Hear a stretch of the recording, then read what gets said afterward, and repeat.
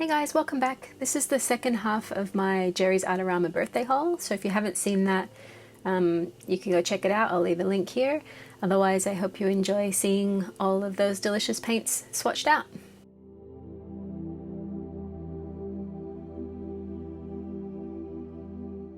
Okay, so first up we have all the watercolors. We have, I think, 6 Van Gogh watercolors, and then we have the Turner Alizarin Crimson and the Potter's Pink from Winsor Newton. So I just put them into these little pans here just so it was easier to swatch and keep track of the colors. Yeah, so let's get started.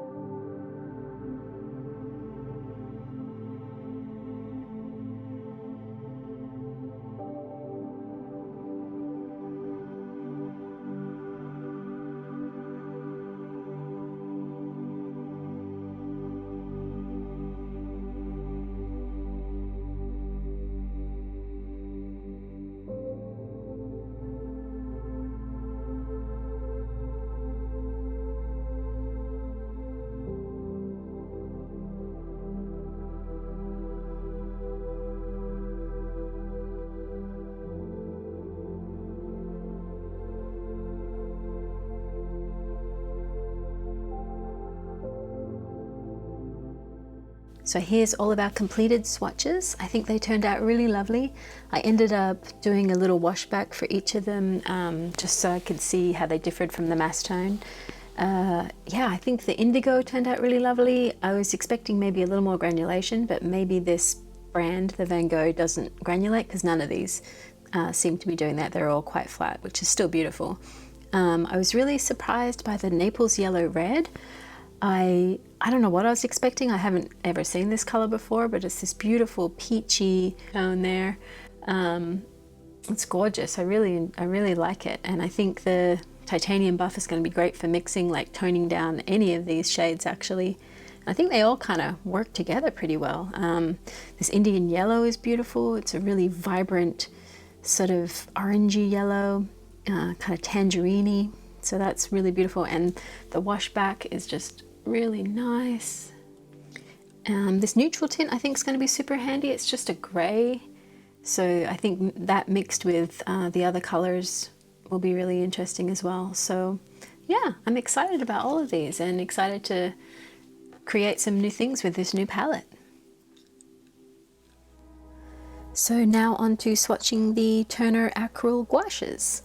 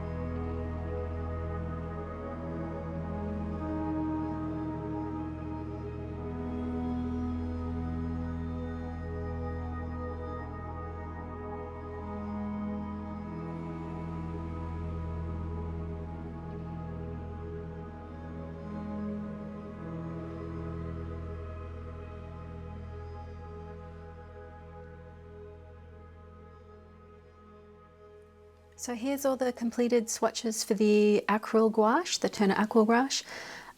They are gorgeous. I'm not sure what I was expecting, but they're super smooth and the coverage is amazing. This jet black is just so deep and I mean, they're matte, but it almost feels sort of velvety.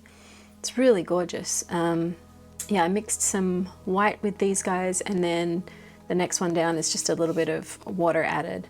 Way, way, way easier to apply these swatches with a little bit of water added. These guys were just done straight out of the tube.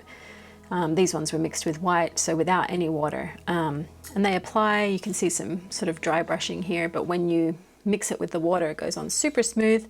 I think they lose a little bit of their opacity, but it's much easier to apply. So I think I'll try that in the future, just mixing a little bit of water in, just because they apply so much easier. But look at that burnt sienna. It's a gorgeous sort of pinky undertone on that. And the aubergine went on sort of like a wine red, really deep red. And now when it's dry, it's this purpley color. It's gorgeous. The Japanesque was super odd. It has this texture on it. So you can, I don't know if you can see on the camera with the light reflecting. These are super smooth. And then this has like little grains of almost like sand in it. So that is definitely something to keep in mind if you want any of the colors from the Japanesque line or Japanesque line. They have some gorgeous colors. I couldn't resist buying this dusky pink, but yeah, it definitely has a texture to it. Mixes well with the white there. So yeah, I think they're gorgeous. This turquoise, stunning, really high. I mean, they're all really highly pigmented and super good coverage. Yeah, so super excited about those, and I'm going to try working on something maybe with all of these colors in it. It's a beautiful palette as it is. Yeah. Okay, on to the Tint Inktense sticks, or actually I think they're called blocks. Alright, so when we did the unboxing, I couldn't remember what colors I had ordered because the only indicator is on here, and it's a little number. You can see the label here, and you can see this little number here which says 1560, so that's the only indication of the color. So I'm going to use them this way so I can keep the color on there. Let's bring the focus back. So I got an indigo, a bark, which is a brown, a madder brown, and a fern. So let's swatch these guys out and see what they look like. Okay, so I think what I'm going to do is just go straight, well maybe I'll draw with it first and then I will grab some from the block.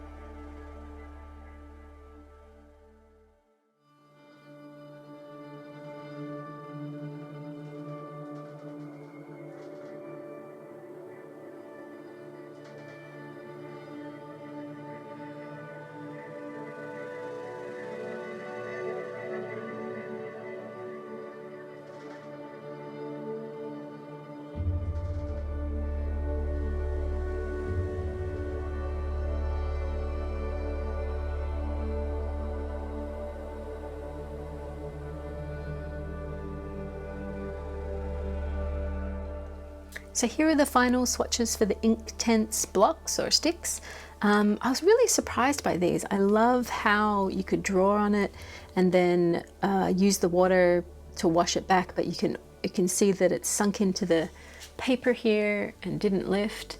So you get left behind some of that texture. I think you could probably dissolve most of it if you added more water and kind of worked it more. But I really like the effect of having that wash over the stick that sort of embedded in the paper. So these were just sort of a washback. This was the undiluted, mostly undiluted version, so that's kind of the mass tone of it. And then these are just a washback again. And then these last ones are just trying it with a thin paintbrush to see how they turn out with the stripes. But yeah, they're gorgeous. So these are the colors. And I am excited to try some more of those. They were really fun, and because they're ink, they're not going to budge either. They kind of look like a bit of a watercolor, but they're not going to lift after they're dry. They're going to set. So that's an interesting thing, just like the gouache, to be able to work over it without these colors moving. But while they're still wet, you can mix them and mix them in with your watercolors and lay them over the top, and they will layer while they're wet. But once they're dry, they should be set. So yeah, these were really exciting new tool that I'm interested in getting more of, and that granulation is just gorgeous.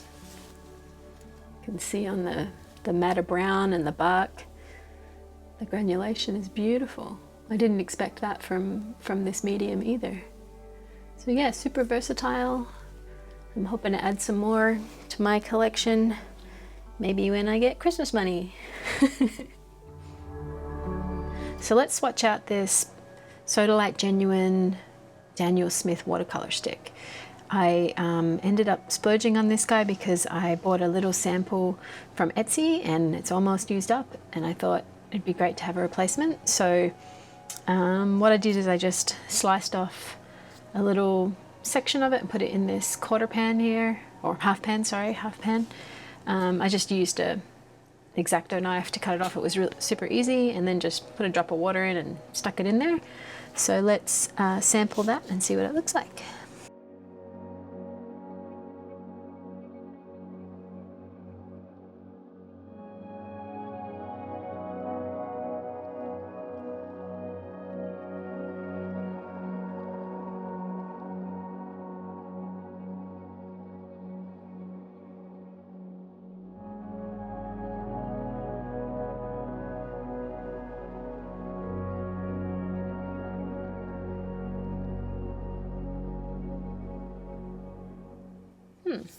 So this looks really different to the version I got, which was from a tube. It's kind of disappointing. I mean, it's a beautiful color. It's much like the Indigo that we swatched already. Let me show you the one from the tube. I mean, I think it's way more gray. Yeah, look at that. Oh man. I mean, look how gorgeous that is. So intense, beautiful.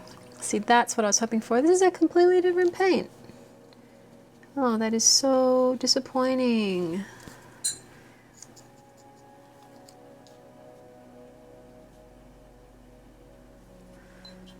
Wow, I mean, you can see the difference. That is a huge difference. The one from the stick here, it's like a blue sort of, I mean, it is granulating, but look at that one from the tube. Delicious gray, all that moodiness and depth, and you can see how it's granulating here, and when it dries it really super granulates. Oh man, I'm so disappointed. I mean, I will use this color, it's gorgeous, it really is, but I was, you know, expecting it would be the same paint, just in stick form. And that looks like a completely different formulation. What a bummer. I use a lot of that color, and this is just doesn't compare to it at all. Oh man.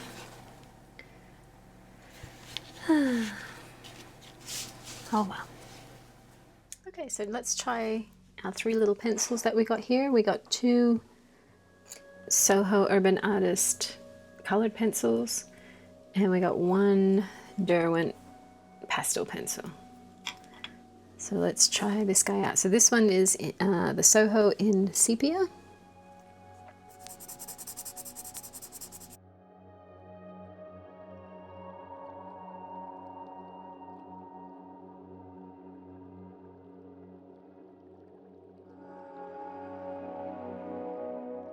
It doesn't seem waxy. It doesn't seem buttery at all. It seems kind of dry, really. Not exactly scratchy.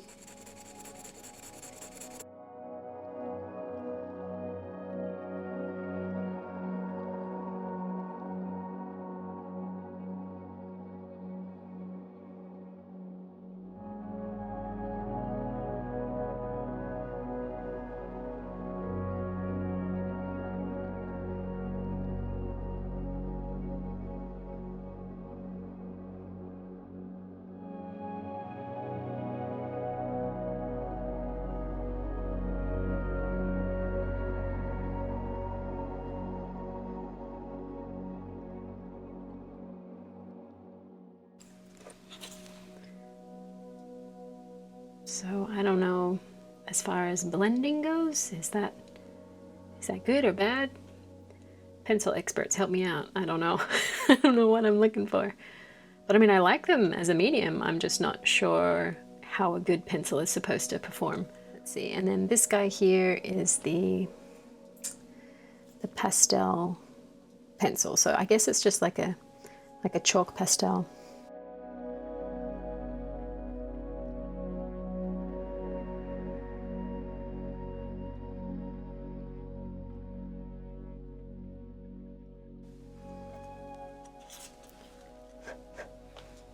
Blow off the dust there. Yeah, so that color is beautiful. Pretty similar. It's a little more dusky rose. When I think of a coral, I think more of a orangey pink. And both of these actually feel, actually this one here is probably a little orangier, but this one is definitely sort of more of a rosy pink to me. So this is India ink. How does this perform over India ink?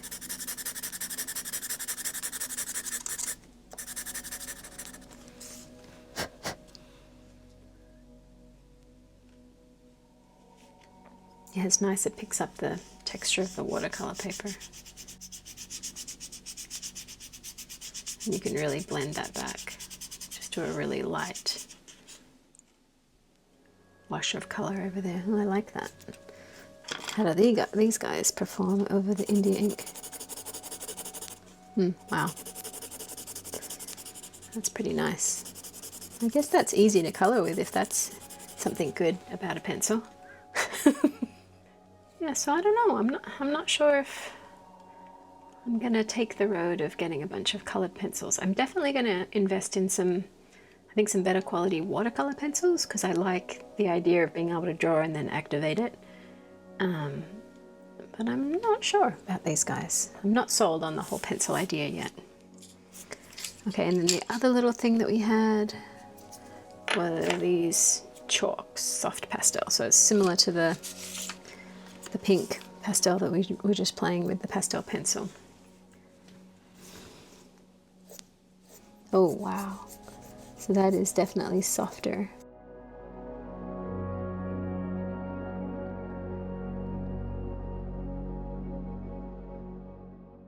Yeah, so I like those. So it really picks up on the texture of the paper. And then you can see here it blended with the sepia pencil and the coral here. Picked up both of those colors. So this is over the India inks. Guys here, these metallic markers. So I'm just gonna shake those up and prime them. Okay, so they took forever to prime, especially this gold one. I still think it needs a little more priming. I was just mucking around on here. Who knows if that's an opaque. It says there gold, but it's looking pretty dismal right now. Just the little ball inside would not move, so I think it's just separating in there. Yeah, so that's just sinking into the page. Not super metallic either. I don't know. I might have to check back in with these guys. And then these 3 permanent markers. This was a freebie for my birthday. I'm not sure what the original price is, but I think this is just like a big fat Sharpie. It's got a very, very, very strong smell to it. Ugh.